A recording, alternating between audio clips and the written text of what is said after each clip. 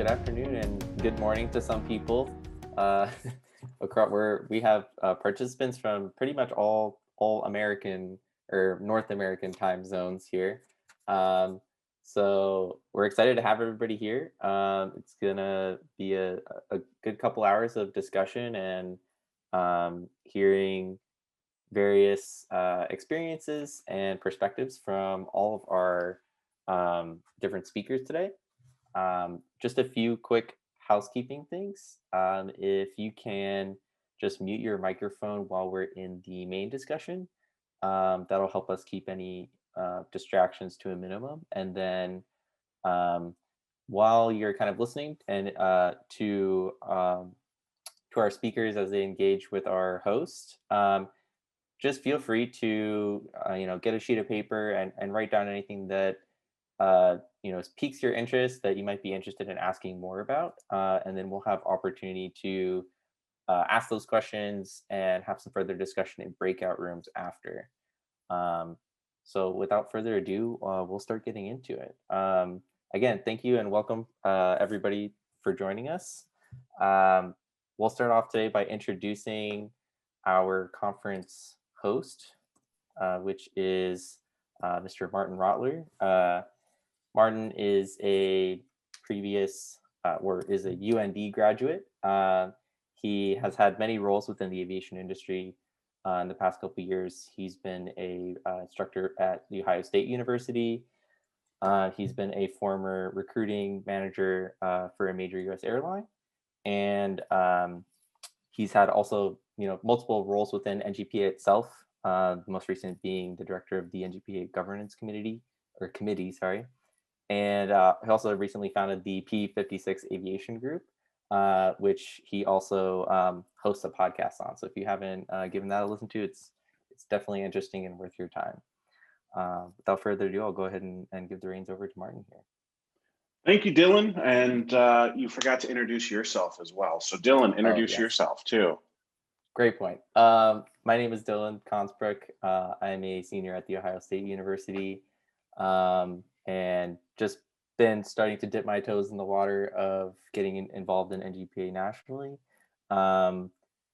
Myself, as well as Devin Fry, Jacqueline Emery, Cassie Brayton, and Hunter Hayes have been kind of organizing this conference over the past couple of weeks, and we're excited to see it kind of come together.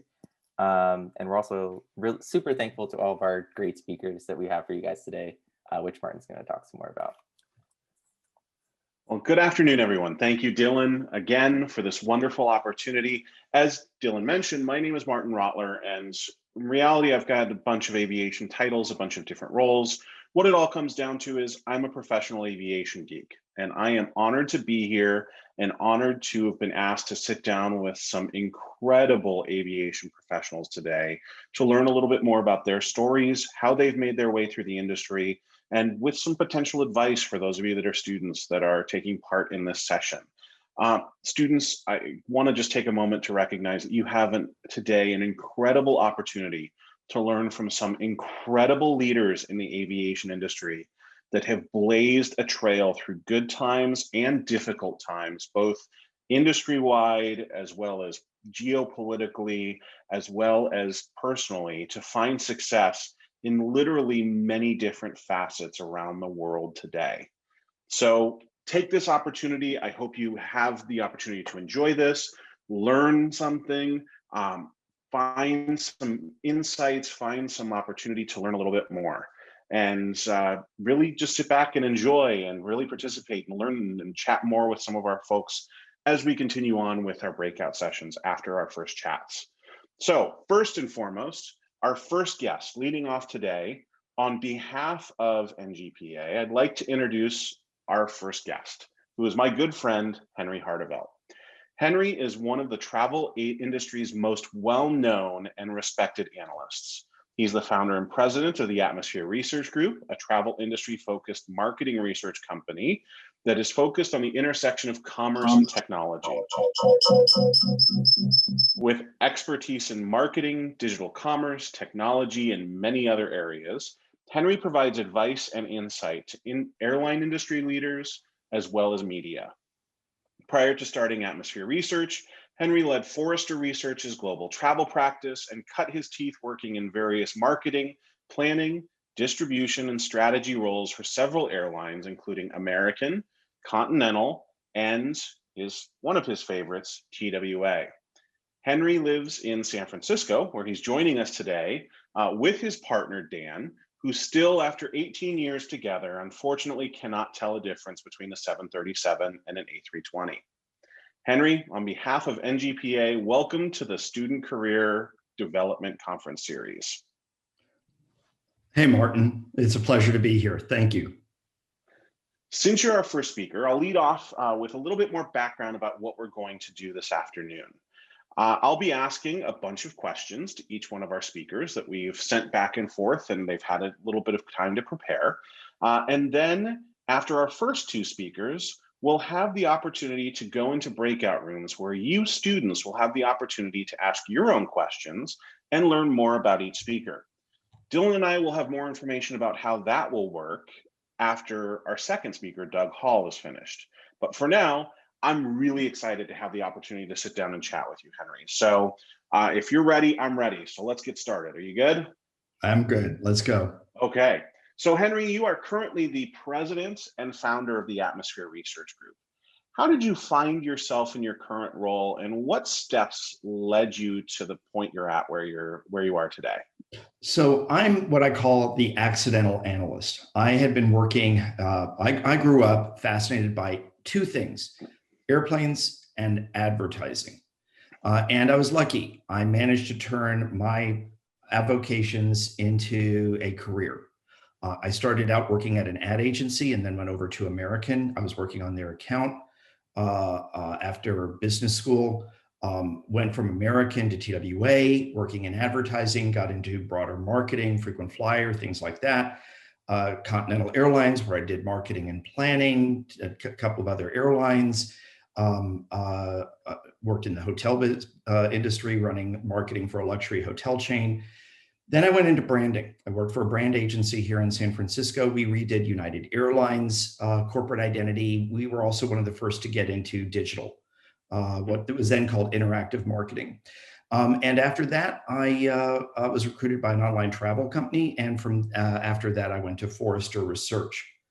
Now, Forrester is a tech research company. And the irony there is I was about to fire them. We had a subscription.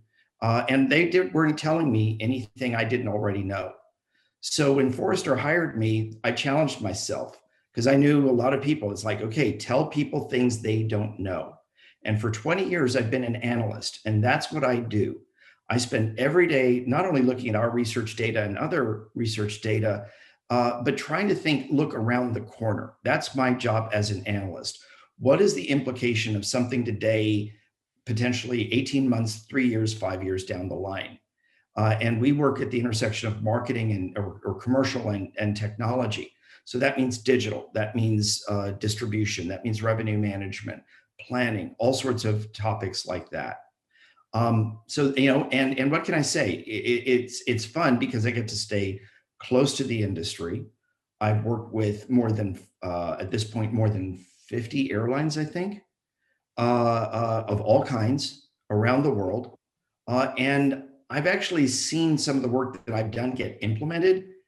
And it's kind of neat to think, okay, you are making a website better for someone to use, or helping a company figure out how to use mobile, or do a better job of selling their ancillary products. Or the data we had at Forrester led to the first ever revenue-based frequent flyer program that Virgin America embraced. So, in some ways, I've helped change the way people fly, not to the same extent that a guy like Bob Crandall does, but in a small way and in noticeable ways. Bob Crandall being the former CEO of American Airlines. And students, if you don't know who he is, you need to go look him up, because very interesting character throughout the industry. So I do have a question, and this was not one that was scripted beforehand, but I know this is something that you and I have talked about before, Henry. Growing up, you were really lucky to be in an aviation family, and being an aviation nerd for for a short period of time, because you're young at heart. But can you talk a little bit about your experience wanting to be a pilot, and what you saw in the industry at that point in time? So clarification, I did not grow up in an aviation family. I did grow up at a time where my dad traveled a great deal for business. And so, we would go to the airport I grew up in New York City. We'd either sometimes go out to see him off or meet him at the airport. And my mother was from Texas, from Dallas, and we would go down at least once a year to visit my grandparents and family down there. We would also visit my father's sister, who married a fellow in Louisiana in Baton Rouge. And we traveled down to Louisiana and take some summer vacations. So I grew up at a time traveling on planes when people didn't do that every day like we do now.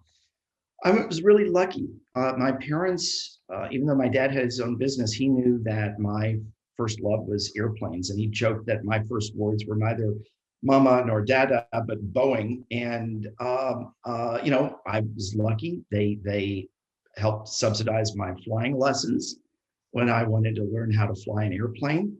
Not an easy thing to do in New York, I'll add. And, I wanted to grow up and be an airline pilot. That's all I wanted to do. And unfortunately, it was not meant to be. And one of the biggest slap in the face was after my dad, who was actually friends with the chief pilot of one of the largest US airlines. They were going to arrange, I was in high school, for me to go on a series of flights in the cockpit. This is a time when that was allowed.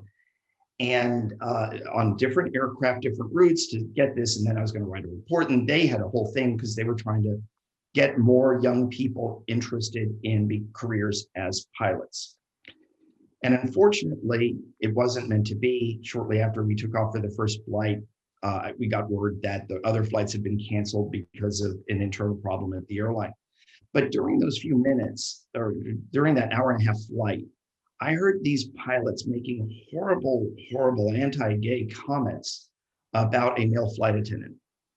And this was just at the time where I'd realized my special secret and was, coming to terms with my own homosexuality. And as I looked around, I realized that the airline industry was one of straight, white, waspy men. Here I am, gay and Jewish. But you know what? When plan A doesn't work out, you have plan B. And so I learned how to fly. I was a private pilot for a while. But airline pilot, no. Airline management, yes. Airline analyst, yes. And you know what? I've actually had a conversation with someone from ALPA about what happened to me. And he said, this was a few years ago. He said, I wonder how many other talented young men and women we chased away by not being more open at the time.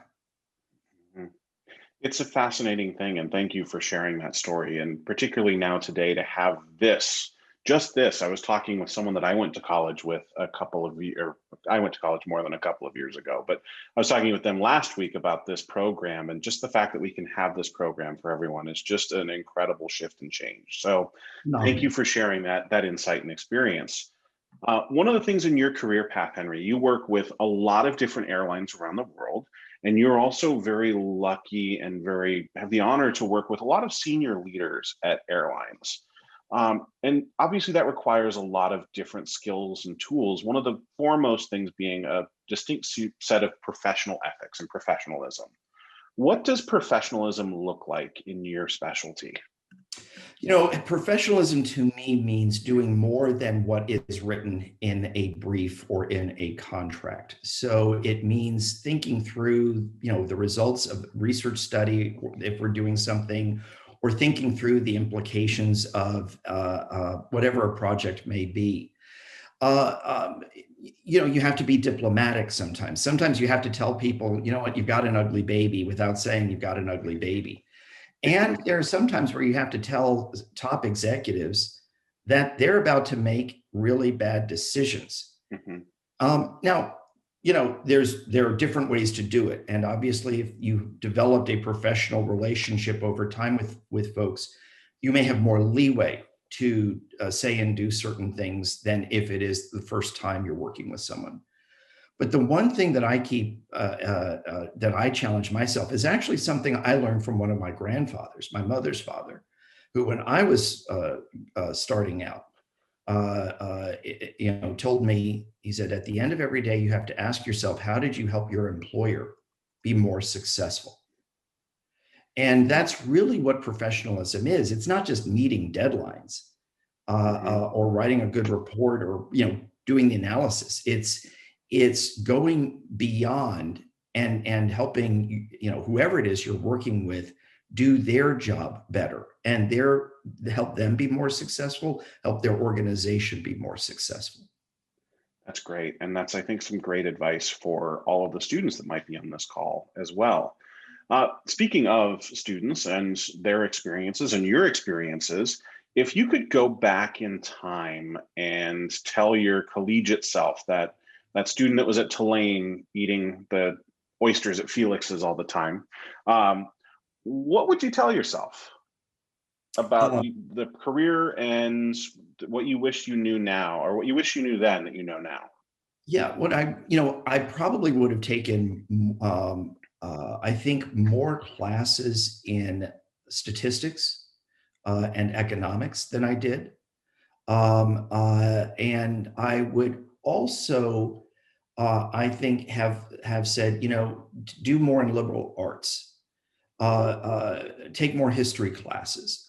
One CEO, when we were in the middle of a very heated discussion about a strategy, and I was, providing my point of view to the so-called C-suite of this airline, quipped that I'm old enough to have seen a lot of mistakes made and young enough to remember them.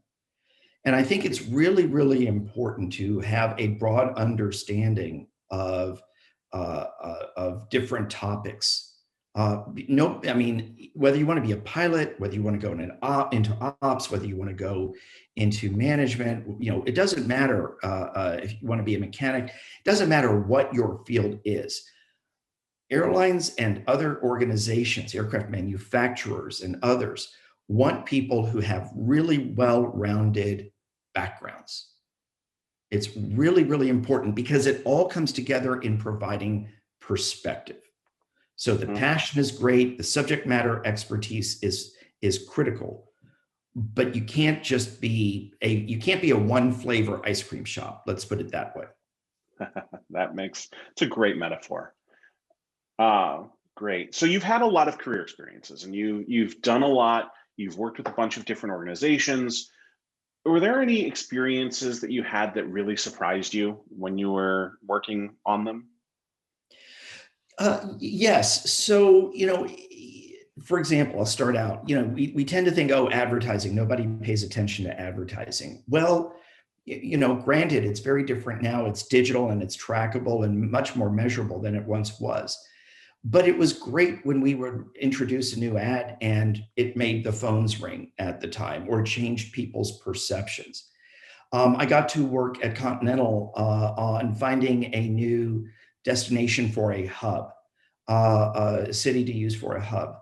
And it was easy to rule out where we couldn't go. But it was really fascinating to figure out which one of the candidates would we choose. And by the way, it ended up being Cleveland, Ohio. When you get the CEO of a big company, looking at your work and the work of your colleagues and saying, yes, that's the decision we're going to go with. It's great. And I'll also tell you, there's some times where, I did some marketing work and it bombed.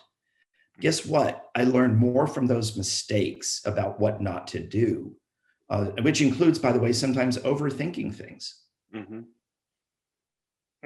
That's great. And that's some great experiences that you've had. And unfortunately, that Cleveland hub isn't there. I know the Ohio State students are probably frowning right now. Second United and Continental merged, there goes Cleveland. Cleveland is done. Yeah. Cleveland is done because Cleveland was Continental's answer to, okay, you don't have Chicago like United does, and we don't have Pittsburgh as US Airways did and so on. We needed something. Cleveland was that.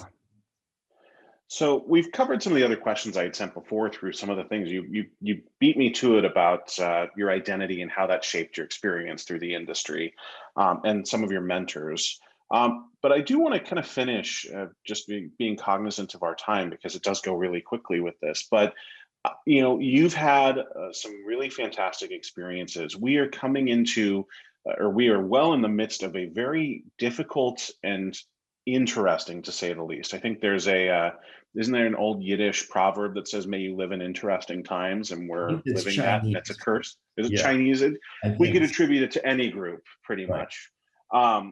But we are coming out of a pandemic. We're coming out of an economic crisis, and one that has pretty much never been seen before for the aviation industry. What makes you excited for the future of aviation, in particular in your segment of the field? What makes me excited is we still want to travel. So our research shows there's a lot of pent up demand of people want to travel, and we're already seeing people booking and traveling where they can, whether it's in the US or elsewhere. So that's really great. I think we're actually going to head into another so-called golden age of travel. It may not be the sepia toned, lush, posh type of travel that we see in the 1950s and 1960s films, with Pan Am and the caviar and, flight attendants fluffing pillows and stuff like that. That's not what it's going to be. For one thing, airlines are really well-run businesses now for the most part. Second, you've got a phenomenal mix of new aircraft on the market, including the A321LR and XLR and the A220, which I think are two airplanes that are going to allow airlines to really rethink and redraw their route maps. You've got technology that is making airlines smarter. You've got airlines hiring data scientists. You've got airlines that, I will just share this. Travel is the largest single category for e-commerce, with the exception of adult entertainment. But it's considered the largest legit category for e-commerce. And so, we are an industry that has taught a lot of other industries what to do, like revenue management and loyalty programs. But what makes me excited is that airline executives recognize this crisis is an opportunity to rethink what they do. And we just did some research for a client. I can't share the results with you, but I've been allowed to share two things. 96% of the executives we surveyed said that this is an opportunity to rethink what their businesses are and how they approach their commerce and retailing. And 8 in 10 said the COVID crisis has been the most challenging professionally of any event that they have seen in their careers. By the way, for a lot of them, that includes 9/11, SARS, the 2008 recession. So I think we're going to come out of this in a good way. It's going to take time to rebuild, but the airlines are there. You've got 2 airlines waiting in the wings to get going, Breeze and Avello. Airlines are starting to segment based on what they do, ultra low cost network, and so on. And you've got a public that is starved to travel. I don't think we'll ever take traveling for granted again. I know I won't, and I'm sure you're in the same boat as well. As frequent travelers and frequent enjoyers of travel. Well, thank you, Henry. And I will say, Henry will be staying through Doug Hall's speech, and we'll be in a breakout room. He has been quoted numerous times in the last few weeks with various different news stories, so you can see his stuff everywhere. But I know he can and has been known to get into a little bit more about the research of where people are at, corporate travel returning, things like that. And I always think, tying it together, and for the pilots that might be on this, you need to know what your airline is doing behind the scenes, and you need to know how your airline is doing behind the scenes. And so a basic understanding of things like revenue management and pricing and yields and things like that is important. So Henry, thank you for taking the time to explain a little bit more, to give kind of the under the hood view, if you will, of what you see the industry doing, and also for sharing your experiences with us today. I've enjoyed this conversation. It was all too brief. I know you and I could probably chat for probably 6 or 7 hours about random stuff. But if students want to learn more about you, where can they find that information? Well, well, I'm on Twitter at H Harteveldt, and you can see the spelling of my last name on the screen. And I'm on LinkedIn. So those are the two best ways to get information. We're actually rebuilding our website right now, so I don't have a lot of content on the company website. Perfect. So there you go. Thank you so much, Henry. I really enjoyed this, and look forward to engaging with you further.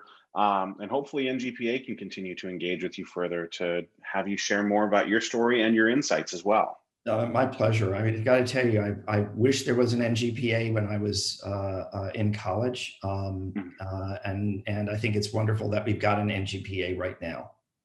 Fantastic.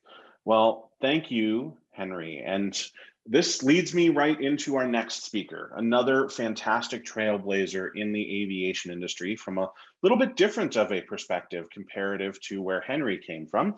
Joining me today is Doug Hall. And Doug, welcome to the dais and welcome to the spotlight. Doug is a career Air Force officer and pilot and who retired from the Air Force in 2019 after 27 years of active duty. You grew up in the Air Force as your dad was also a career Air Force officer, which is what sparked your goal of becoming a pilot. Unfortunately, due to the Air Force downsizing after the end of Desert Storm in the early 1990s, he was unable to attend pilot training when he received his commission after graduating from Virginia Tech, but kept that goal of one day becoming a pilot after completing assignments as an intelligence officer and then a special operations navigator on the MC-130. Through hard work and determination, Doug was finally able to achieve his goal of becoming a pilot after 7 years of active duty when he started pilot training at Laughlin Air Force Base in Texas. Doug's pilot career started out in the C-141B and then on to the C-17A shortly after 9/11. They're pictured there. I would have guessed that would probably be it. His flying career took him to 3 operational flying assignments, 1 training assignment teaching in the C-17A, graduate school, a staff assignment in the Pentagon, and an international exchange officer assignment representing the United States as the sole American officer at India's Senior Defense College in New Delhi, India. After retiring from the Air Force, Doug now works as a lobbyist with K&L Gates, where he focuses his practice on transportation, logistics, and national defense issues for clients with the Congress and the executive branch. Doug and his husband live in Springfield, Virginia, where he's joining us today. Doug, welcome. Thank you for joining us here for the NGPA Student Career Development Series. How are you doing today? I'm great. Thanks for having me, and thanks to the NGPA. I was just telling some of my friends that are listening in the wings that I am always impressed with the quality, the caliber, the exceptional things that NGPA does, and I'm just honored to be a part of it. Well, it's our pleasure to have you, and I know you've got a fantastic story to tell. I've heard it many times, and I'm really glad, and these students are really lucky to be able to have the opportunity to hear from you today. So first and foremost, you're now a consultant with K&L Gates, and you've had this very long and successful Air Force career, both on the non-pilot side, but more importantly, I think for many in the audience, the pilot side of the world. So how did you find yourself in your current role, and what steps led you to today? So, my career took me to some amazing opportunities, like you said, flying and non-flying. I got to work with the Congress in 2 different assignments. One, so if you spend enough time in the military and you starting to get promoted, you get farther and farther away from the things that you love, and that's flying. But I'm one who doesn't take no for an answer, and enjoyed the challenge that came with kind of going up through the ranks and accepting new leadership roles.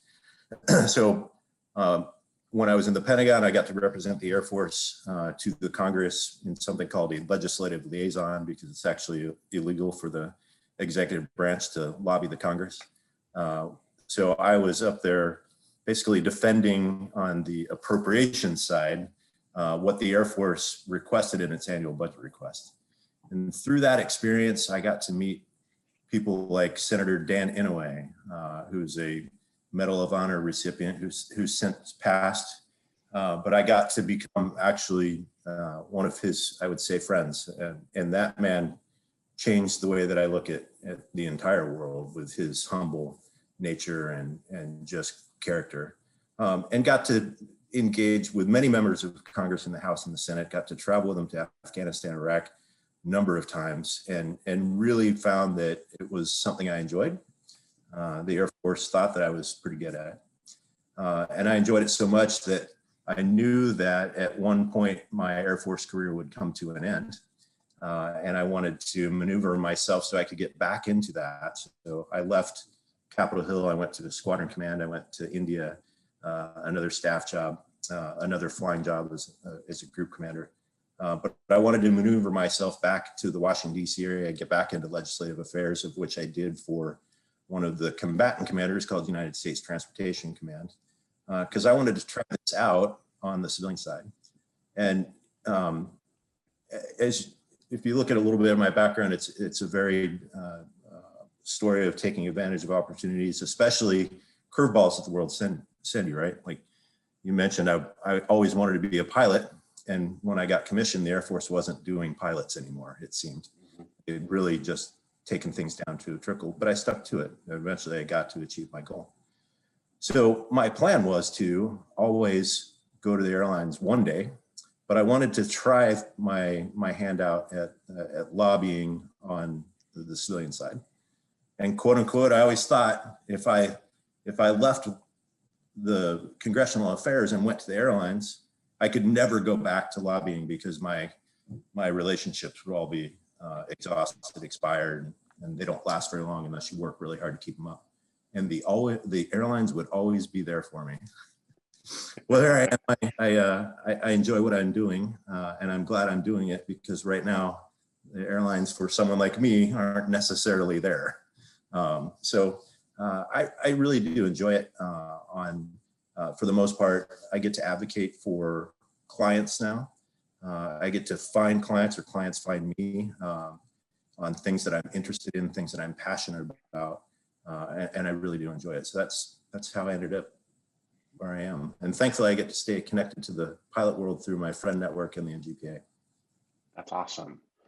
Well, you've had, like our previous guest, Henry, you've had the opportunity to work with some very powerful and unique and interesting people. And also within the Air Force, you have had leadership roles yourself, and today have a leadership role in the lobbying world. So what does professionalism look like to you in your kind of area of expertise and your specialty?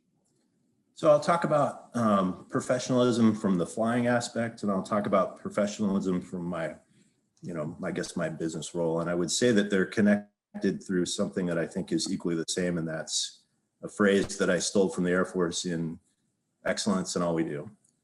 On the flying side, there are only a few amount of professions in this country that are kind of board certified, have a rigorous set of training standards, evaluation criteria that we hold those to, licenses to uphold.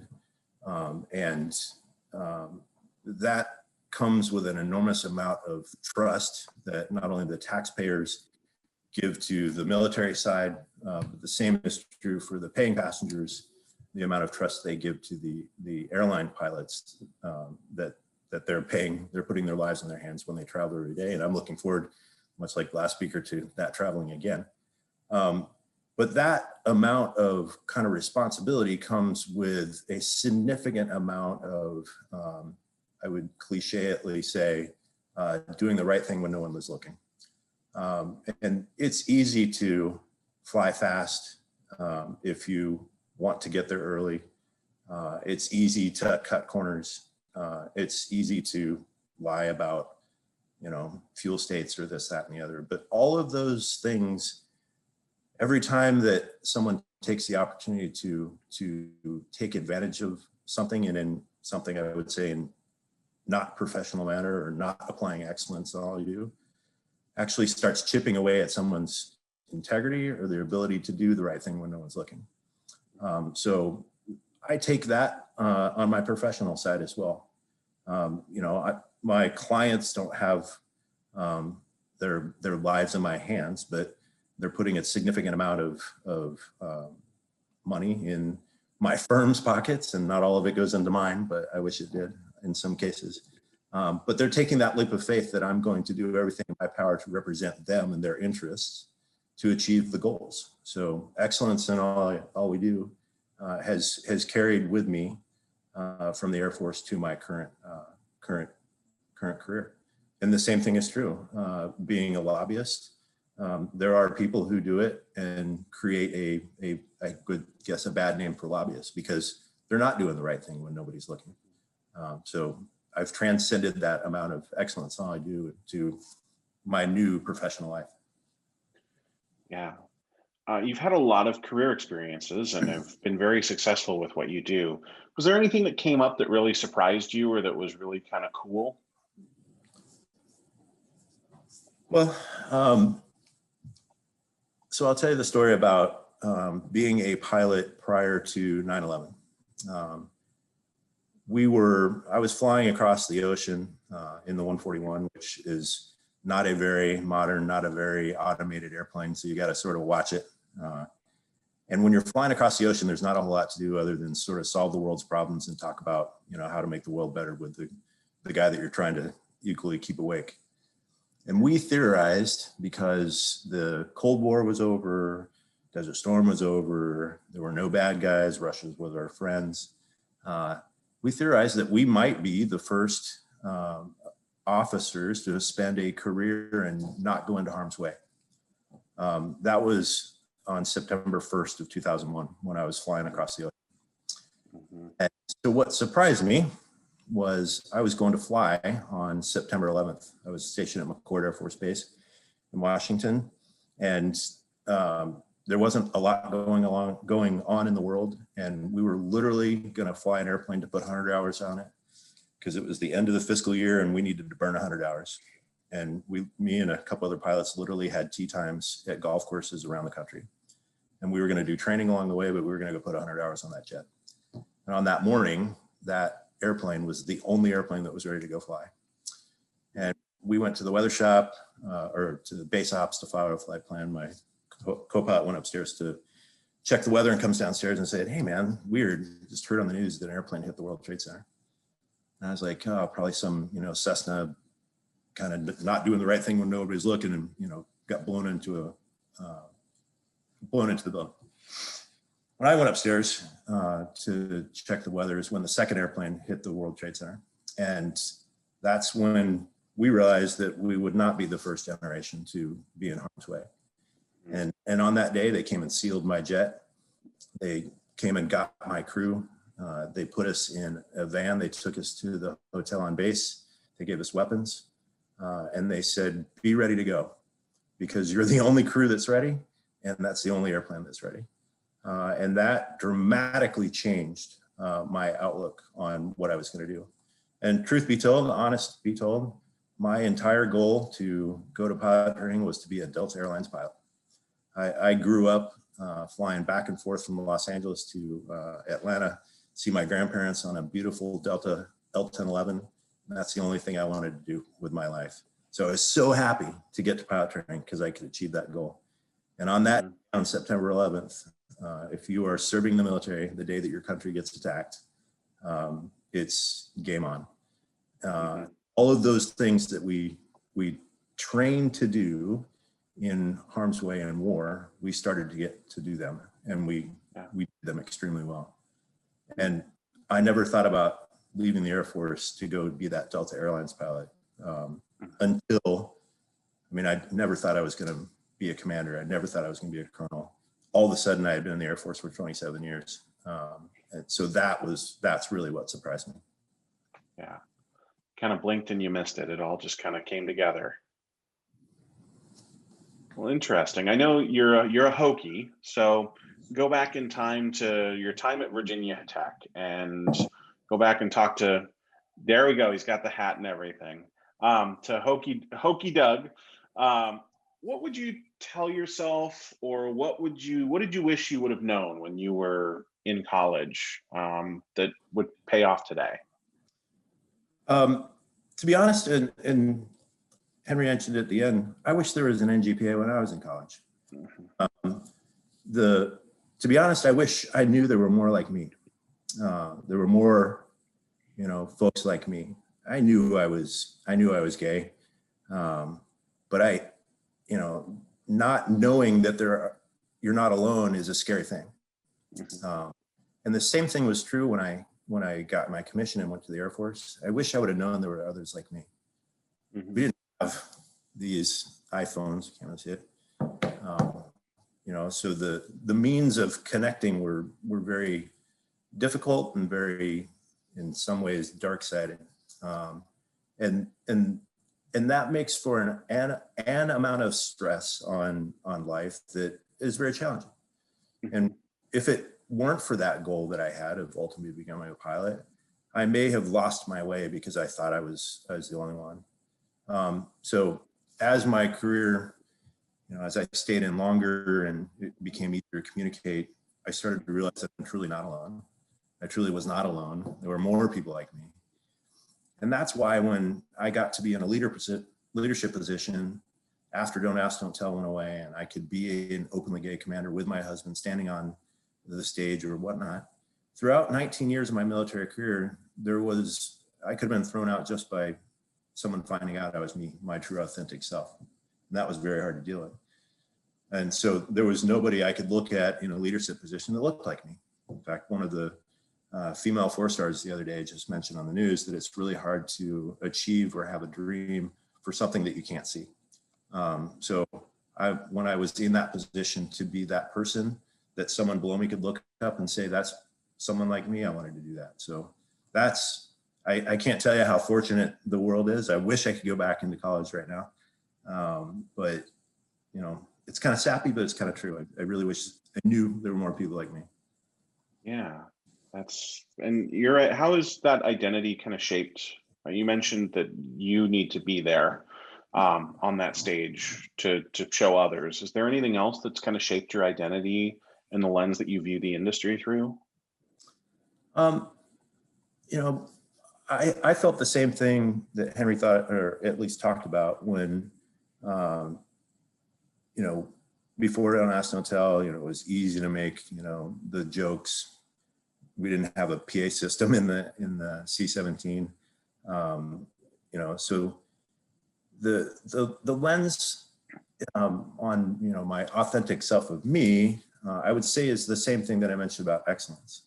I wanted to be on that stage, not known as the gay commander. I wanted to be on that stage known as the best commander that these people have ever had. I wanted to be in that cockpit flying that C-17, especially at the schoolhouse. So people know they were flying with the best C-17 pilot they've ever flown with. So I would always say when Rob and I were on that stage in that leadership role, I wanted to be shockingly normal because I wanted people to be like us because we did all that excellence and all we did and achieved things that thought would not be possible. The first time at Dover Air Force Base when Rob and I were introduced at the Air Force Ball as Colonel Doug called his husband Rob, we had about 30 people stand in line, most of them straight married couples, to shake our hands and say thanks because they wanted to be there when that happened. And I said, I don't deserve the thanks. So that's sort of the lens, if that makes sense. Yeah, that makes a lot of sense. It's a testament to the excellence that you've put into your work that you're able to do that and able to find success with that too. So I've got one more question because we're almost out of our time here. What makes you excited about the future for aviation and in your segments of the aviation field in particular? And I guess we could say lobbying, but more so also the military aviation side as well. The military aviation side, I think I'm excited to see that there's technology that was around when my grandfather was a young kid is finally going away. Especially in the Air Force, they're ushering in new and exciting weapon systems, and even a cargo airplane is a weapon system. I'm excited to see that the technology that comes with flying an excellent airplane in an excellent manner is being built in a way that it helps you do it. I'm excited to see the support that the public continues to have for our military aviators. And I'm excited to see the collaboration with industry on the outside that continues to always be there for the men and women in service. So, you know, if I could go back in time and do it again, and if anybody on the audience wants to trade places, I'll do it. I'll do it in a heartbeat. So. Well, fantastic. Thank you again, Doug, for taking the time to share your story, share a little bit about your experiences in the industry. I'm sure for the students that are here in the audience, really an appreciative opportunity to hear more about both the lobbying side, but more so the military flying and your background with that. So I can't thank both you and Henry enough for taking the time to do this today on a Saturday, and what's probably a beautiful Saturday in Virginia, I hope, as well. Okay, welcome back, everyone. I also, hopefully you had and enjoyed your conversations in the breakout rooms with Doug and Henry. We will share their emails in the chat on the right side of the screen. And any questions you might have, please feel free to reach out to them. They're gracious for sharing their time with us today. And both Doug and Henry, thank you again. And hope you have a great weekend. If you're able to stick with us, that's great. If you're not, I understand. It's Saturday and it's probably a gorgeous day out. So welcome back, everyone.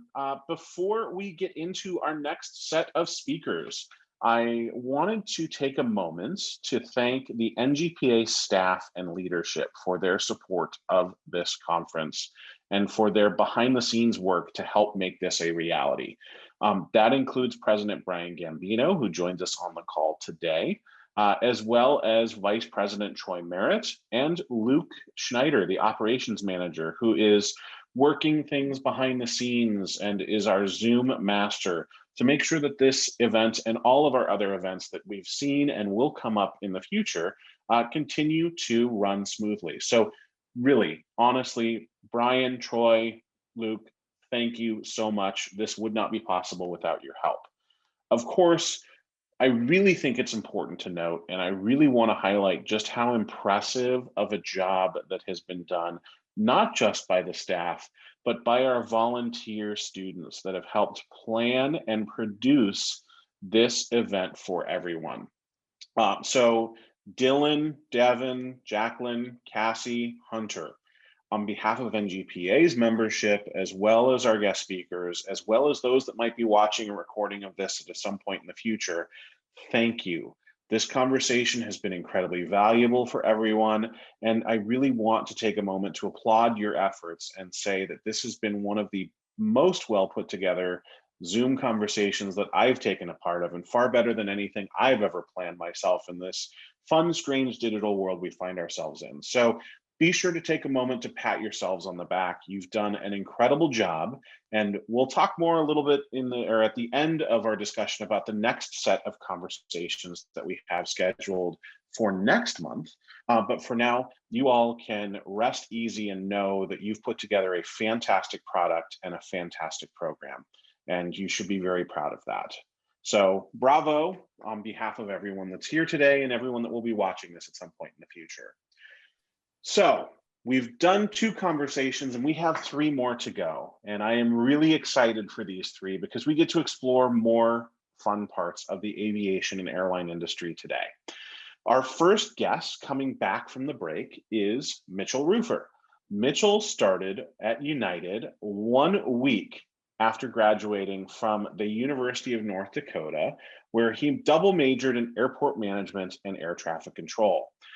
Good for you, Mitchell. You got out, just like every one of us that did manage to get out of North Dakota and find ourselves in a better place. So congratulations for that. The first few years of Mitchell's young career were spent at Chicago O'Hare as a customer service supervisor. And since then, he's worked in a variety of strategic project-based roles at United's Corporate Support Center in Chicago. Today, Mitchell works as part of the customer experience team focused on the airport journey. When he's not working, he likes to travel, and he's currently trying to get to 3 more countries before he makes his 30 before 30 goal, and also is an avid skydiver, having made over 150 jumps. I still don't know why you'd want to jump out of a perfectly good airplane, but that's probably a question I'll have to ask in the breakout rooms, Mitchell. So good on you for having the 150 jumps on that. So welcome, Mitchell. Thank you for joining us today. Hi, Martin, and thanks everybody for joining. Super excited to be here, and feel like I have a big act to live up to after all of the great experience from the first half. So hopefully won't leave you disappointed, but I'm happy to be a part of this conversation. Well, thank you. So, and thank you again. Yeah, it's great to have you here. So, first and foremost, you've had some really unique experiences coming out of college. You went literally a week after graduation into a role at United. How did you find yourself in your current role, and what steps kind of led you to that success going right from college to a position at United? That's a good question. I think that the underlying theme for like the first 5 years of my career have really been all about relationships. I think that's probably the biggest thing to stress. The reason I got a job out of college was because I was connected through, a friend of a friend, and started a conversation around what it means to work at United Airlines. And every role since then has really become or come out of a conversation, a mentorship, working with somebody on a project. And so I think that that's a super important thing to remember as you're stepping into the professional world.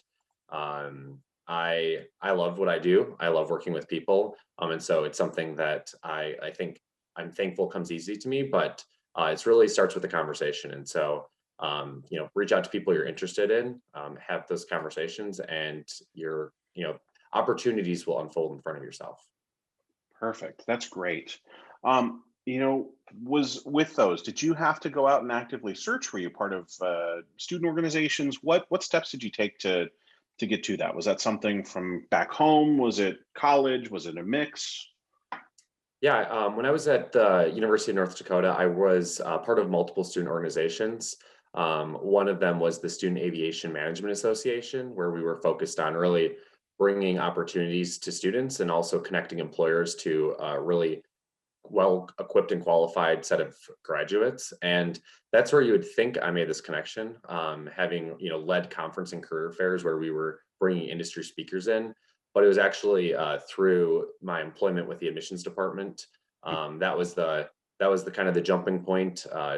The then director of admissions had kind of gotten, I don't want to say stuck at UND. If you've been to UND, it's kind of in the middle of nowhere, so it might feel like you're stuck.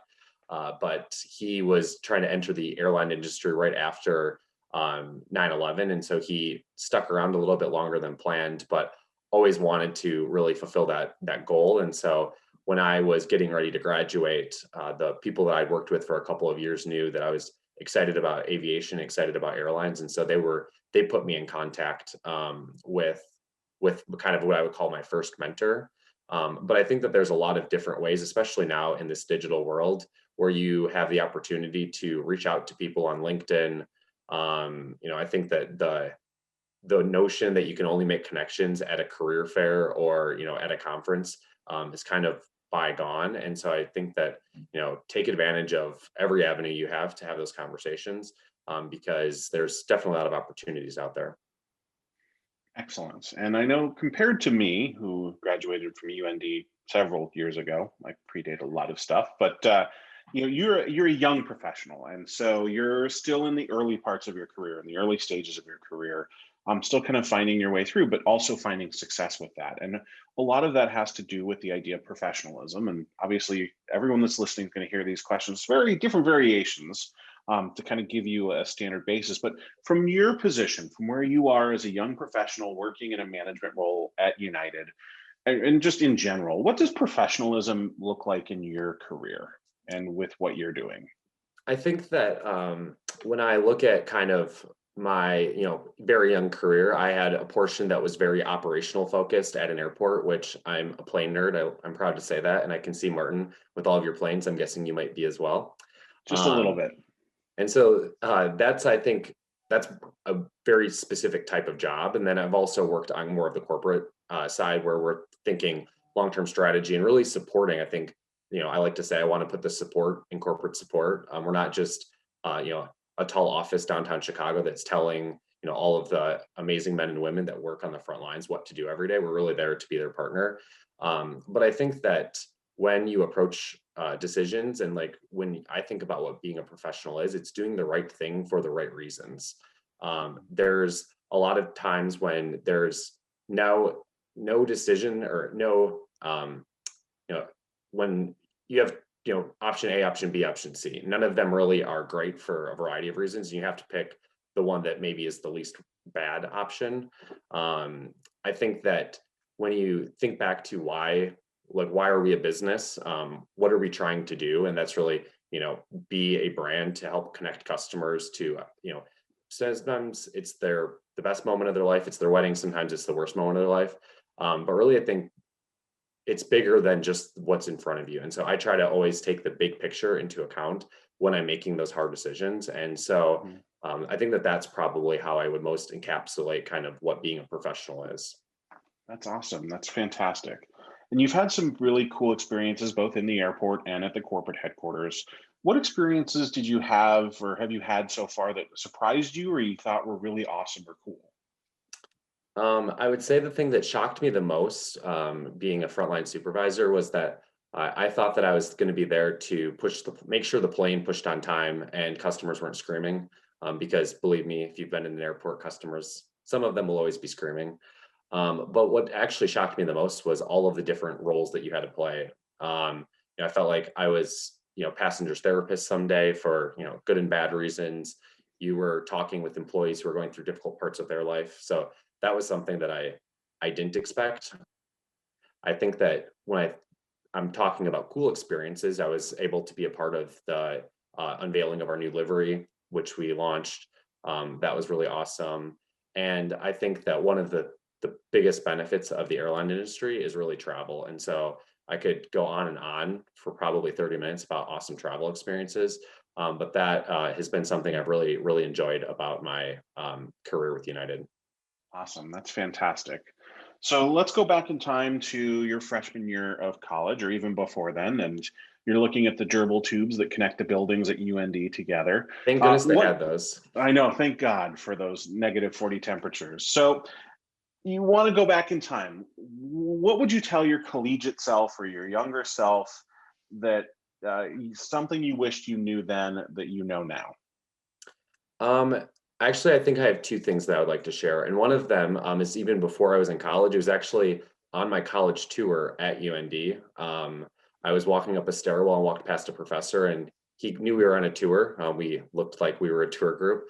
And he told us that the advice that he wanted to give us was that every day is an interview. And at the time, I didn't really realize how important that was.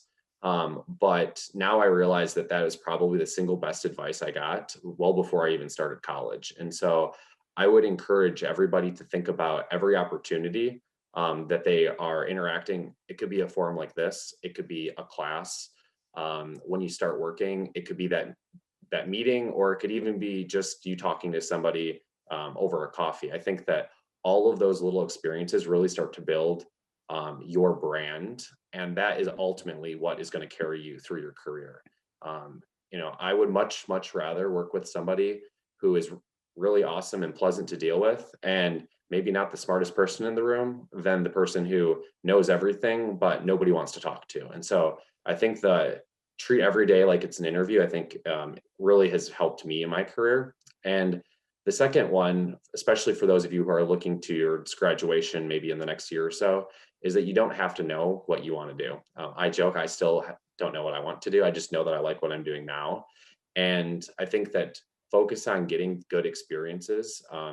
My first 2 years working at the airport, crazy hours, I missed out on weekend plans with friends, but those 2 years were so valuable in my career now. And as you're evaluating job opportunities, that's what I like to think about is I have a toolbox with me. What tools don't I have that this next role or this student organization or this volunteer group could add into that toolbox to make me a more well-rounded not just employee, but really a more well-rounded person. And so don't get too caught up on like the perfect opportunity, because if you get the right experience and you take something good from it, you'll be better off for it. Awesome. That's great advice from both pieces of information. I wonder which professor that was, but I'll save that for the breakout room to try to figure out which one that was. So you obviously being a part of NGPA and being a member of NGPA, how is your LGBTQIA plus identity shape the lens you view the aviation industry through? I think that the way I would like to answer that is probably it's very United centric, because that's where most of my professional career has been. But one of the things I love about the LGBTQ plus community is the like openness and how inclusive everybody is. I think it's probably because for the reason that we're all on this call today is we want to find other people who've had shared experiences with us.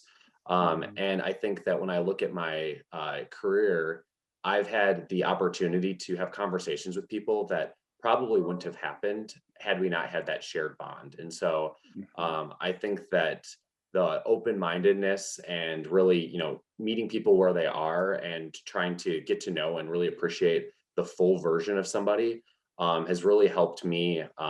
Like that's one of the things that I really am passionate about. And I think that you see that across a lot of businesses, but I think that aviation in particular does a really good job of doing that. That's really cool. I'm glad to hear that United especially is doing that. The last question I have for you, as we kind of round out our quick time together, but our time together chatting, you are in an airline world, and in the airline world today, obviously not representing yourself, not representing the official view of United, but what makes you excited about the future of the airline world and for your future in particular in it?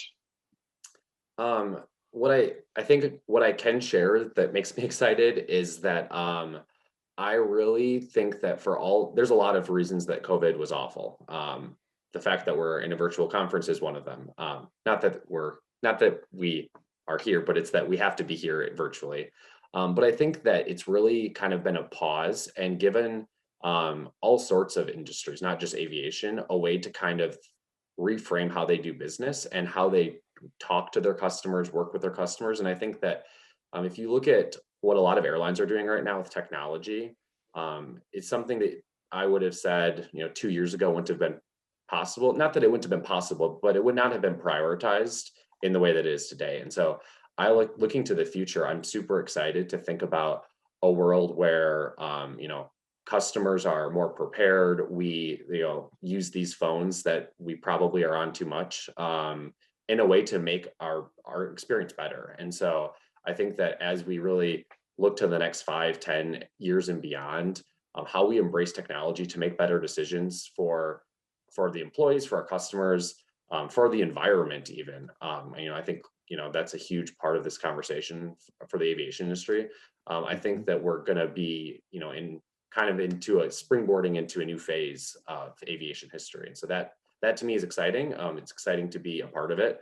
And if you're on this call, you're not too far away from joining us. And so excited to have everybody aboard.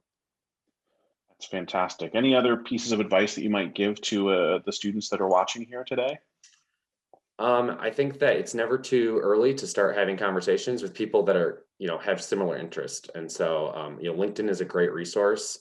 Don't be afraid to, connect with people, send them a message. You'd be amazed sometimes that, we were all in your shoes. And I feel like I was not in your shoes very long ago at all. And so anything you can do to kind of get a leg up and, give yourself a better opportunity is something you should definitely take advantage of. Fantastic. Well, Mitchell, thank you again for joining us today and for sharing these fantastic insights with the students and others that are on this call. I know I'm learning more, and I'm really enjoying the opportunity to hear about your experience and what you've brought to United and what you've done to show the success in your professional life, moving out of UND and into the world at United in Chicago. So great. As a reminder to all of our participants, you will have an opportunity to ask and have answered your own questions to Mitchell in a breakout room after our next two speakers. So if you have any questions, please write them down. We'll also share more contact information if you have them. You can find all of our guests on LinkedIn as well, and their spelling of their names is available if you just slide over their name on the Zoom window. But that is where we're at. So Mitchell, thank you again. And looking forward to hearing more from the breakout rooms. Thanks for having me. Fantastic. Joining the conference discussion next and coming to the stage is Doug Carr. And Doug is NBAA's Vice President of Regulatory and International Affairs.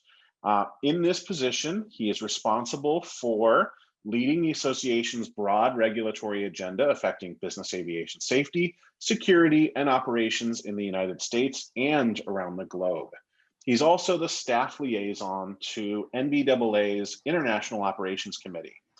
From that international perspective, Doug has represented various business aviation interests at ICAO, the International Civil Aviation Organization, and has been part of several rulemaking efforts with the European Aviation Safety Agency, as well as the Federal Aviation Administration. He also serves as the corporate secretary for the International Business Aviation Council. Doug is a proud Sawicki graduate of the Southern Illinois University at Carbondale, where he received a Bachelor of Science degree in Aviation Management and an Associate of Science degree in Aviation Flight. Prior to his college years, he also spent 6 years in the US Navy. As part of his military duties, he worked on board a nuclear-powered submarine, where he was responsible for many aspects of the submarine propulsion system, including the operation, maintenance, and repair of the nuclear reactor and support systems. He also has worked with the National Air Transportation Association as a specialist in government and industry affairs, and is a commercial multi-engine instrument rated pilot and CFI as well. So Doug, from what it sounds like myself, you just can't keep your feet on the ground. You either have to be underwater or above it, right? Thanks, Martin. So true. On the ground is steady state these days, but anything above or below is where I want to be. Yes, fantastic. Well, welcome to the Student Career Development Conference Series, and thank you for joining us today. And I will also put a mention in, Doug is also a member of the NGPA Board of Directors alongside me, and he also serves as the Governance Committee Chair as well for the organization. So it's good to have a conversation that isn't related to the bylaws of the organization, Doug. I will say that and throw that out there. I agree.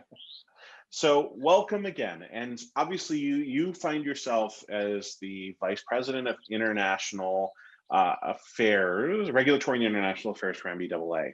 How did you find yourself in your current role, and what steps led you to that role today? Thanks, Martin. Before we get started, I also wanted to echo the sentiments you offered earlier about the great work of the volunteers, the staff, the student chapters of NGPA. This is the kind of stuff that really shows the value of an organization like NGPA. And my hat's off to all the great work of everybody involved in pulling off something like this today. I know how much work that really entails. Let me try and sum up what my work at NBAA really meant in terms of getting started there. It was preparation meeting opportunity, to sum it up succinctly, where I don't think I really knew where I was going to go. I wasn't quite sure what my time in the Navy was going to produce, but I knew when I entered the Navy, I wanted to fly. And I had a really good recruiter who told me, hey, sign up for the Navy's nuclear power program, and that'll help you get closer to aviation. Well, he was a good recruiter, and I found myself doing something else. But I'll tell you, those experiences along the way have proven to be more valuable than I could have ever really prepared for. The training, the insight, the camaraderie, the bonding that happens in a very close-knit community like the Navy, and especially on a submarine, really helped develop some perspectives that have served me well in life beyond the Navy. Going to Southern Illinois University following the Navy was also really fortuitous. It was a state school. It had great veteran support in terms of what I was able to do there. and getting through school in 3 years wasn't necessarily a goal, but it was something I ended up doing. And having a job already lined up and employed before I left school, again, something I wasn't expecting. I got to SIU thinking I was going to be flying something with 4 engines and a beautiful livery on the side all over the world. And it was through experience and opportunities that showed me that there's a lot of other cool things out there that can take advantage of the training and the degrees and the experiences that I had in the Navy and at SIU. I'm still a passionate pilot. I love flying. I love doing as much of it as I can. But as I call it, the day job here at NBAA, for me personally, has been extremely fulfilling, and having a chance to impact the aviation community far beyond just business aviation really has been extremely fulfilling, with the experiences I've had, the people I've met, the things I'm continuing to do, all of which are a result of the things I've had a chance to do, the people I've had a chance to meet and work with, and my own personal values along the way that have helped shape the kind of work that I'm doing today. That's really fantastic. And that's a true testament to the hard work that you put in and the people that you've worked with to be able to find that success. So thank you for sharing that with us. Tying into that, and obviously working in the business aviation field and the regulatory field as well, what does professionalism look like for that part of the field, but also for you as well? Yeah, good question there, Martin. Just for folks on the call today who may not necessarily know what business aviation is, think about all the activity that happens out there that isn't part of what Doug Hall was covering in terms of the military, or what Henry was talking about in terms of the airline world. Think of all the other activity that's going on out there that involves flying. That's generally what we're looking at in terms of business aviation or general aviation. And NBAA's membership is largely focused on companies that own or operate their own airplanes. Think of the Fortune 50, 100, 500. The vast majority of them have some sort of aviation capacity to help them succeed in the work that they're doing. So that's the part of the world that I'm involved in. But professionalism is I don't think something that one can separate from the work that we're doing. It is ingrained in everything that happens. And I would also bring in another term, Martin, leadership, because I think the two are inextricably joined together in terms of what they're trying to achieve. I don't think you can be a good leader without professionalism, and I don't think you can be a good professional without leadership.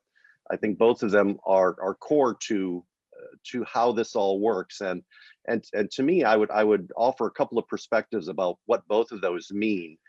You've heard it earlier today. I think Doug summed it up well.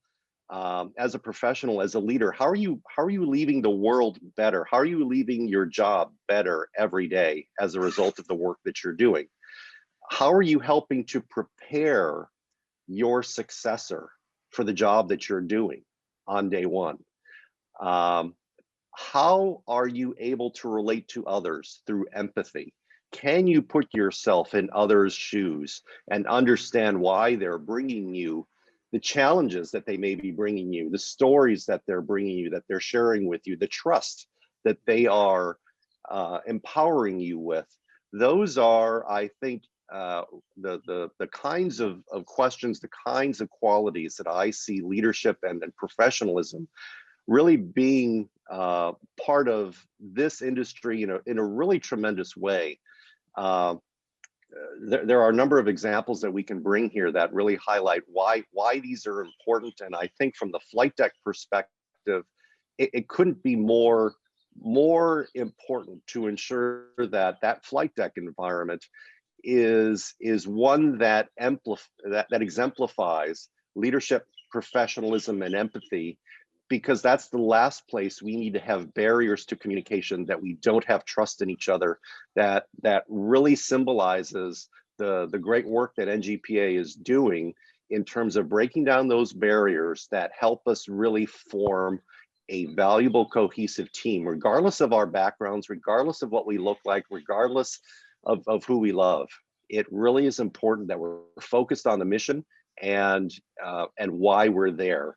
And that happens from the first day of your careers at the university. It's the first day you walk into that new hire job. It's the first opportunity you have to meet with somebody who you want to amplify. Those are the kinds of qualities that I think all of us want to exemplify and deliver on each and every day. Fantastic. What career experiences surprised you, or were the coolest things you got to see and experience along the way to get to where you're at today? So I'll tell you, Martin, it kind of feels like I'm going to read off somewhat of a history lesson here because I've got the gray hair to show it. But there have been some amazing people that my job has directly allowed me to be involved with, to meet, to talk to. Let's start with folks like Neil Armstrong, the first man to walk on the moon. Gene Cernan, the last man to walk on the moon. Some really great test pilots like Bob Hoover and Chuck Yeager that hopefully everybody has heard about. John Glenn, the great Ohio senator and first man in space. All these people I've had an opportunity to work with and talk with. I'm very excited about what I hope is going to be an opportunity later this year to talk with and meet with Martine Rothblatt. If you haven't had a chance to Google this amazing woman, make that something you do today. Martine Rothblatt, one of the founders of Sirius XM Radio, an accomplished pilot and a pharmaceutical company CEO, a real pioneer for our industry. I'm really looking forward to meeting with her. Jim Lovell and Gene Kranz. Hopefully, those of you who have seen Apollo 13 are familiar with those folks. Amazing individuals that I've had a chance to talk with.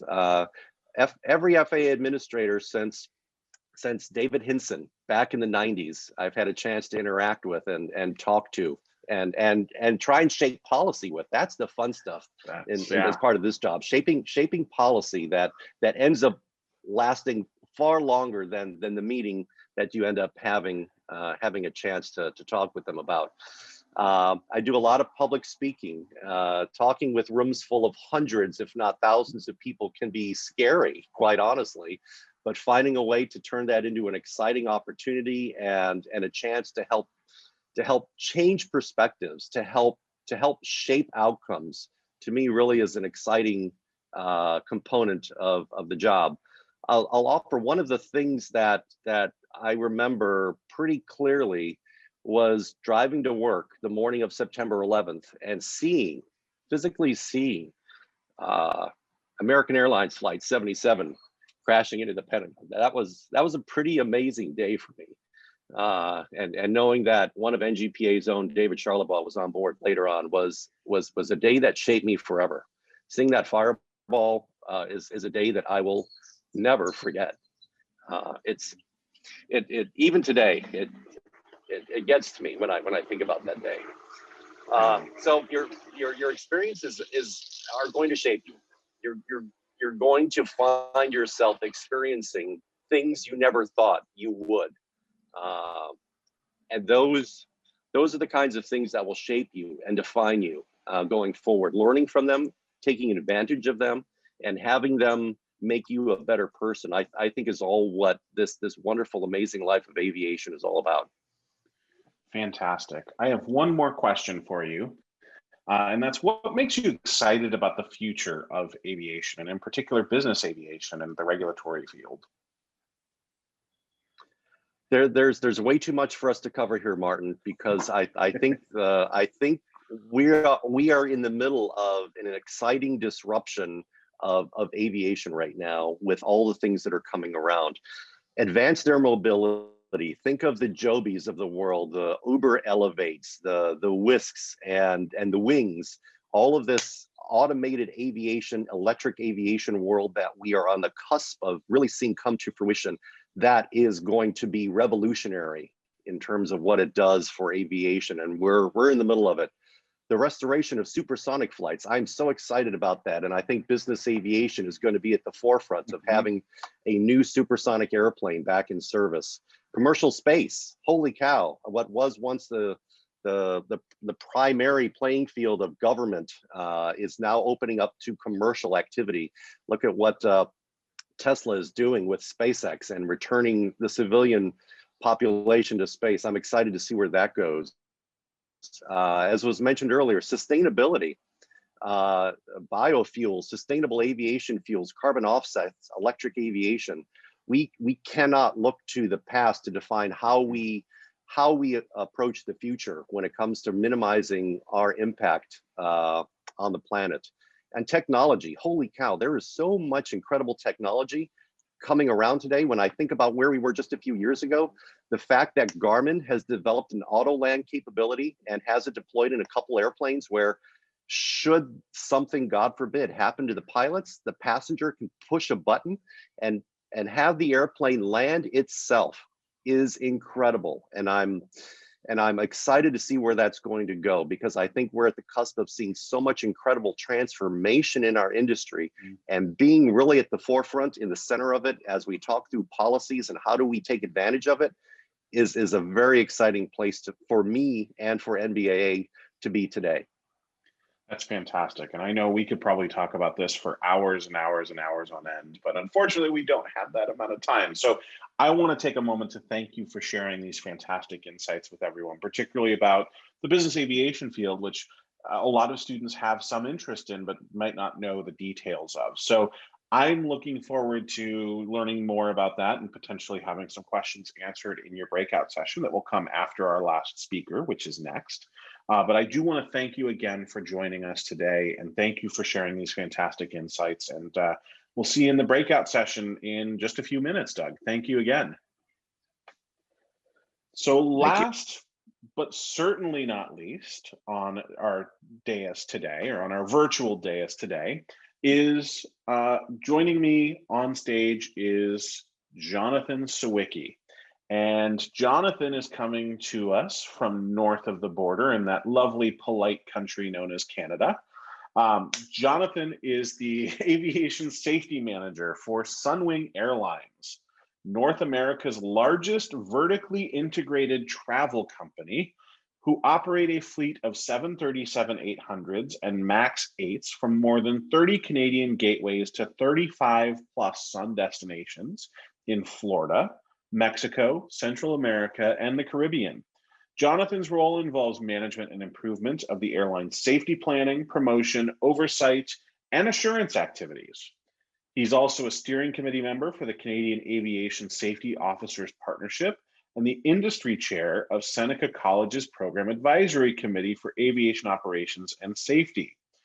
Johnathan joined NGPA in 2009 while studying at the University of Western Ontario, not Western Michigan, for any of those that might be on the call. It's the one across the bridge, Ontario, not Michigan. Located in London, Canada, not the United Kingdom. And having been to both, I don't think I like the UK better, but that's not anything wrong with that. But London, Canada. Johnathan is also a founding member of Sunwing's Global Diversity and Inclusion Committee, which he helped found in 2018, and became part of NGPA's inclusion training team in 2019. Johnathan is a passionate advocate for safety and inclusion and showing important connections between those two roles. Johnathan, welcome to this conference. Thank you for taking the time to join us and share your insights today. I'm happy to see you here and happy to have this conversation. Hi, Martin. It's great to chat with you, and thanks everybody for inviting me today. Really happy to be here. Fantastic. So you've had a pretty cool trajectory getting to where you're at Sunwing. Can you share a little bit more about how you found yourself in your current role and what steps led you to where you're at today? Absolutely. So this is something where, somebody used the term earlier of like this kind of accidental trajectory, if you will. And I didn't know when I was studying that I wanted to be in safety. That's something that I kind of found myself getting into.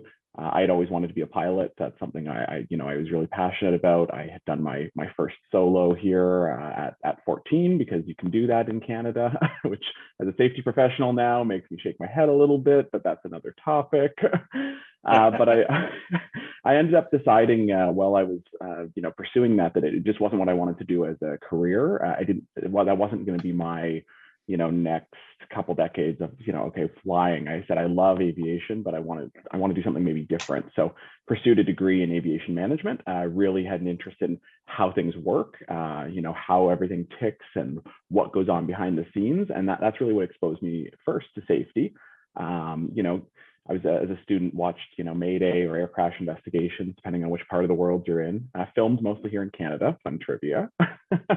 But loved watching those, found it very interesting, and always thought that was stuff worth learning, worth watching, worth diving into. And so took some courses on that, as I'm sure many students here who are in aviation programs have, human factors, things like that. And was fortunate to get an internship for 2 summers while I was at Western.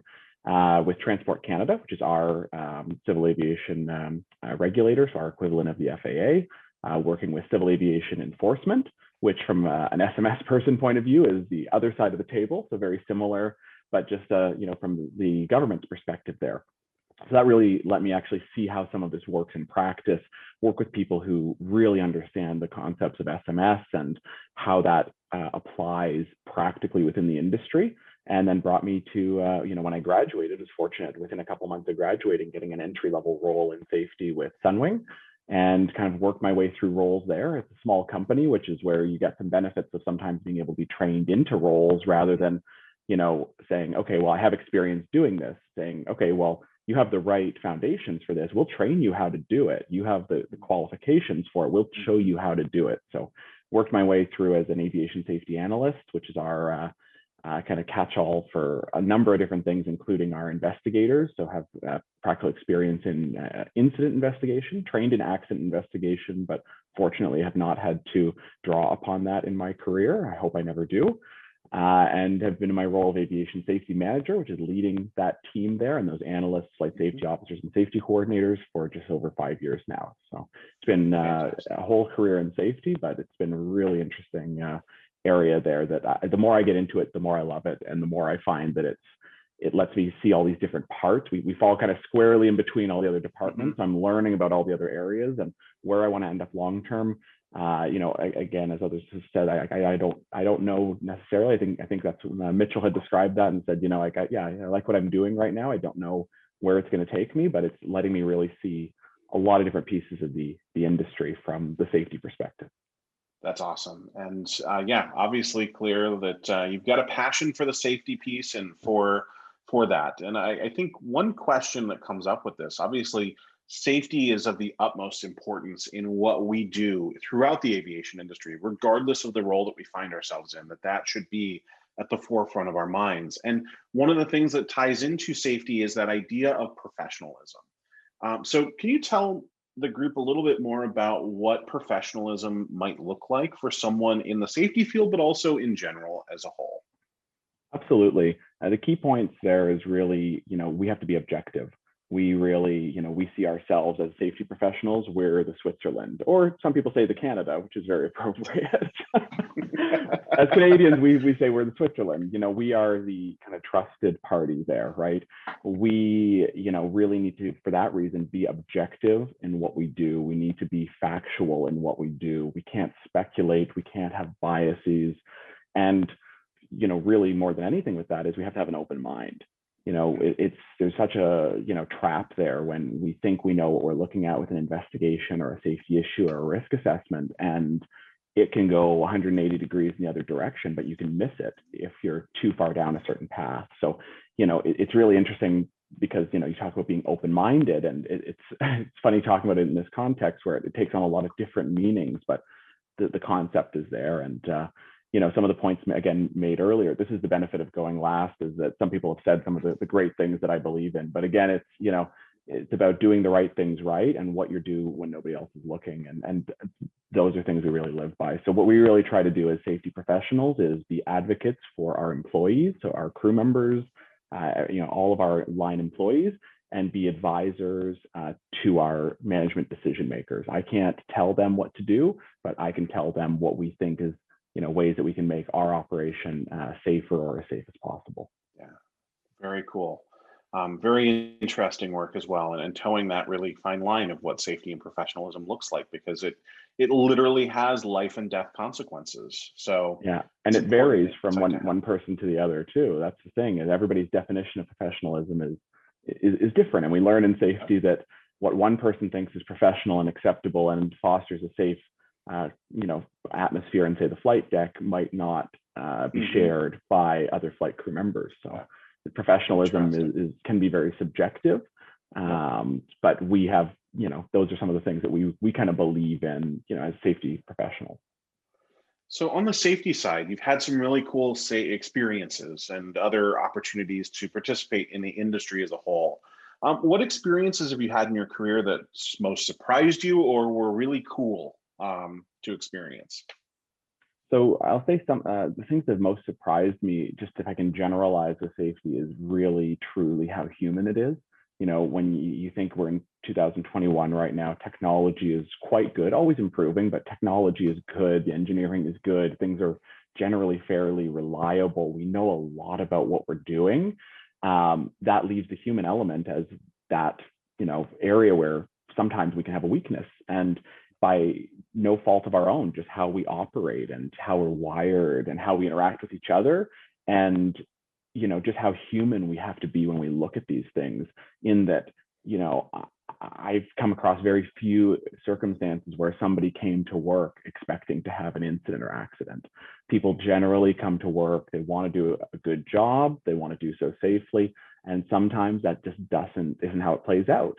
And we want to look at those unintentional errors, omissions, and learn from that, and say, okay, if we took this crew out of this situation and we put another crew in, could the same thing have happened again? Not necessarily would it have, but could it have? And if the answer is yes, then that's not just about that individual there. So that's where we want to look at the system as a whole. So there's just a lot of learning in that regard. But some cool things though that we've done with safety is we do get tagged in on some very interesting risk assessments, again, to make sure we're looking at things objectively and can sign off that we've done holistic reviews.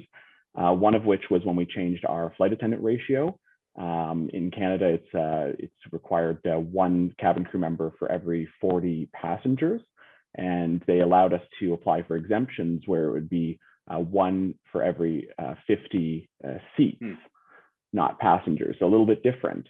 And of course, there's things we have to look at there, and we have to say, can we still achieve an acceptable level of safety? And part of that was actually hands-on testing of our procedures with with fewer crew members. For our case, on a 737-800, 4 cabin crew instead of 5, and that required us to demonstrate that we can actually get slides deployed and initiate an evacuation in the required amount of time. Which everybody knows you have to be. It's pretty well known that anybody who's seen Mayday or these things knows that 90 seconds was what we hear a lot. You have to be able to evacuate in 90 seconds, but what a lot of people don't know is you have to be ready to start the evacuation within so many seconds, and it's very few. It's I don't remember the exact number, but it's several seconds from the time you call to evacuate that the slides are fully deployed and ready to have people, bums and slides.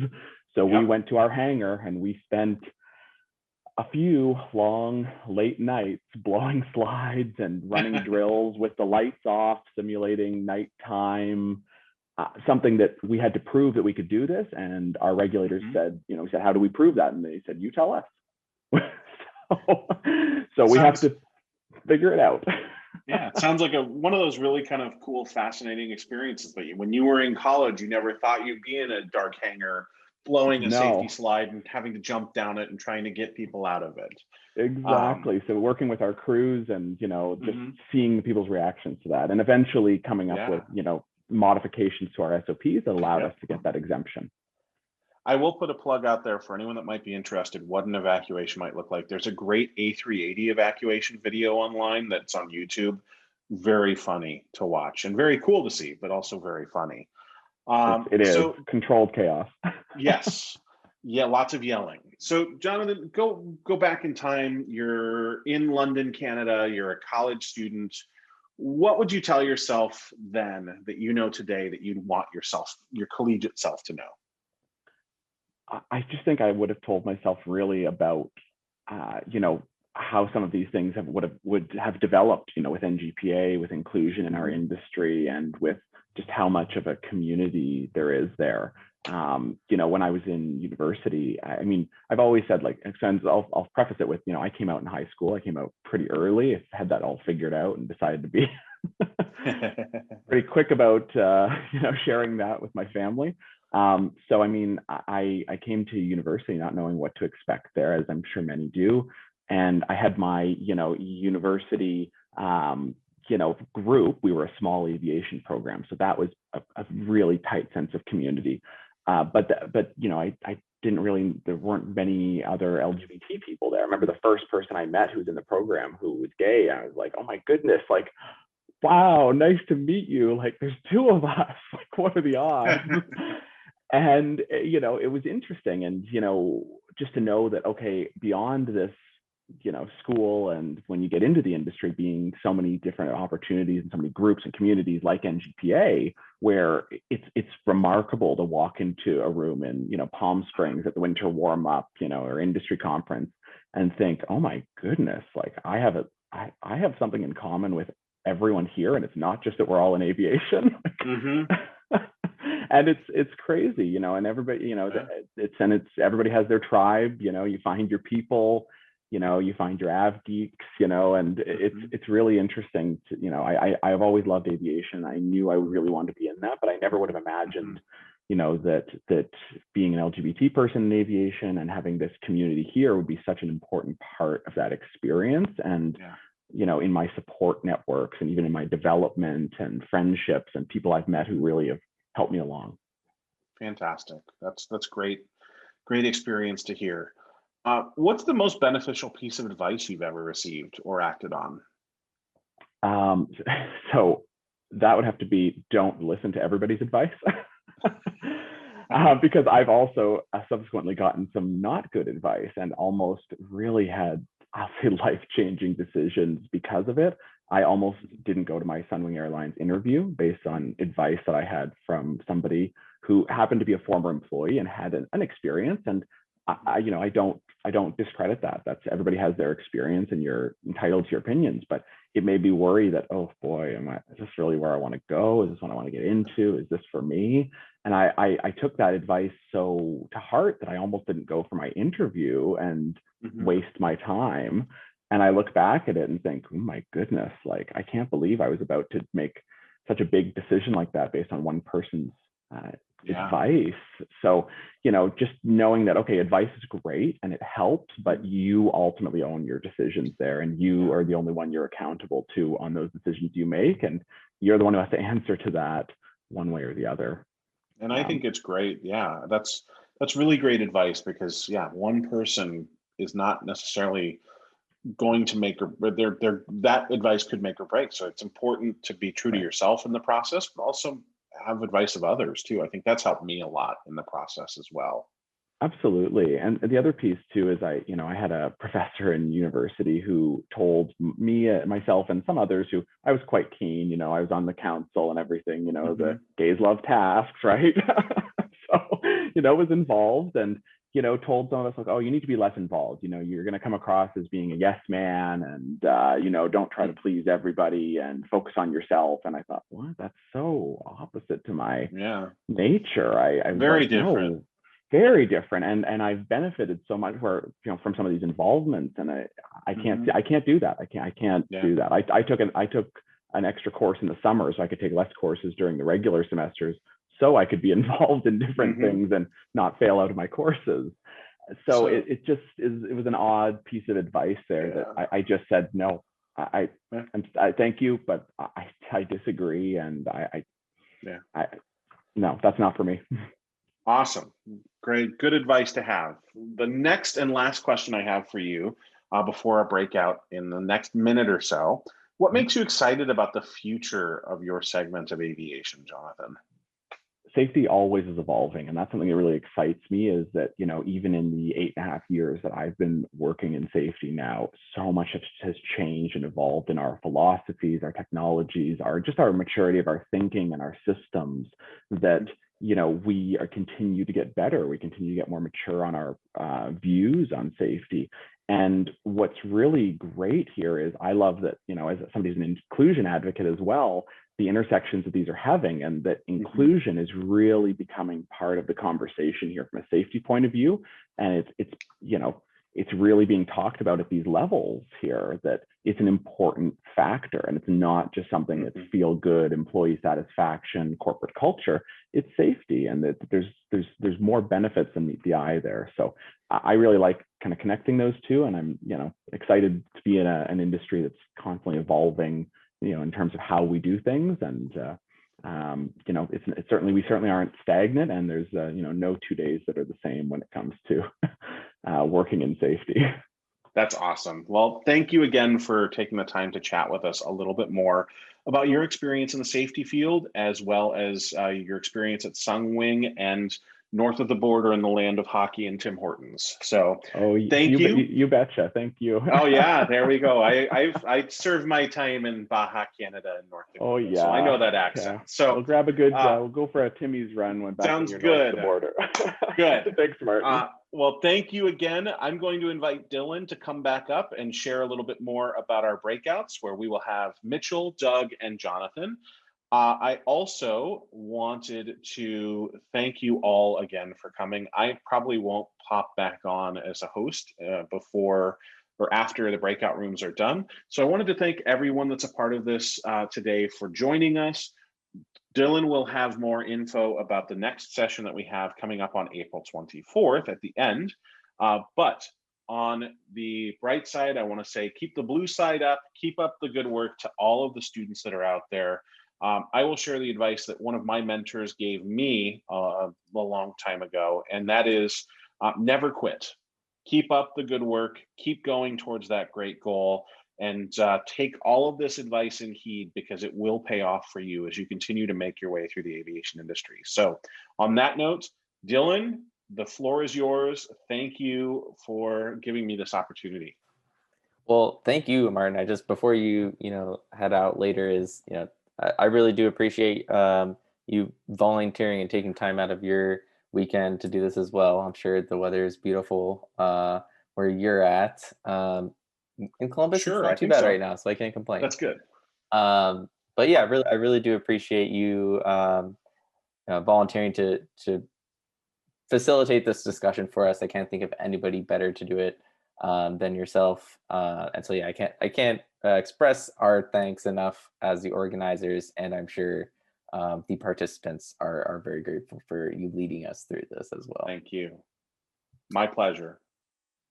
Thanks again, everybody, for joining us. I hope you guys had some interesting and useful conversations in your breakout groups. I know I definitely did, and I've learned a ton today. So hopefully you all have gotten something out of this as well. Please don't, especially within NGPA itself, and just, networking wise, don't be afraid to reach out to any of our speakers today that have joined us, either whether that be Henry Harteveldt, Colonel Doug Hall, Doug Carr, Johnathan Sawicki, or Mitchell Rufer, all of them. Again, thank you, all of you, for coming today and volunteering to do this. I know it's a chunk of change out of a Saturday, but I think I and definitely everybody else here is grateful for your time. I'm trying to think if there's anything other to mention. Oh yes, I need to go over the next event we have. So I'm really glad that this went as well as it did today. I think this is just a really unique format for this type of engagement, in a virtual setting, and reaching across different areas of the aviation industry. So I'm glad that we were able to make this happen and learn a lot from it, and couldn't have probably gone better in my opinion. But we will be doing kind of a second round of this type of event, and that will be on April 24th. So a couple weeks from now. It's also a Saturday. Same time frame, will be from 3. It'll start at 3 Eastern to about 5:30 again, and we'll have 3 additional speakers there. We'll be hearing from, I don't have their pictures up, but we'll be hearing from Danielle Jackson. She's a first officer at NetJets. we'll be hearing from Jan Anderson, who's a captain for American Airlines. And we'll be hearing from Jonathan, or sorry, not Jonathan. We'll hear from Carl Johnson, who is a first officer at UPS, and he is also a pilot for the Air Force Reserve. So they will be joining us then, and we'll have a lot more information to share about their stories and their sectors of the aviation industry. And then another unique thing we'll be doing next session is Cage Marshall Consulting will be kind of running an interactive workshop for you guys. So it's geared towards setting up, how do you prepare for an interview, whether that be in general. Cage Marshall's specialty is actually in airline interviews. So everybody that is on their staff has been on a recruiting board for an airline before. So if you're really airline focused, you could tailor it towards that. But if you're focused towards any other area of the industry, the skills that they'll cover there are more about, setting up, preparing for that interview, preparing for the types of questions, a little bit about networking, and just overall making you feel more confident about applying to jobs, and informing yourself on what the position requires and how to best market your capabilities towards that. So that'll be something new for next time. And we'll also have those 3 additional speakers. That is all we have for you today for this program. Any other last minute comments or questions before we wrap things up? All right, awesome. Well, thank you everybody for joining us. I know this was a very short notice from when you initially received that email about 2 weeks ago. So thank you for the quick initiative on signing up and participating. It's always nice to see that, sometimes when us student leaders think about things, we don't really know if that's actually what people want and that's actually what people will benefit from. So it's nice to see that that the need is there to establish these types of connections and have these types of discussions. So again, thank you to all of our guest speakers. Thank you to NGPA for helping us run this event. Thank you to Luke for running all the Zoom behind the scenes and getting our registration established and being basically our guardian angel for this entire conference. So thank you again to everybody who made this possible. All right, have a great weekend, everyone. Thanks again. Thanks, everyone.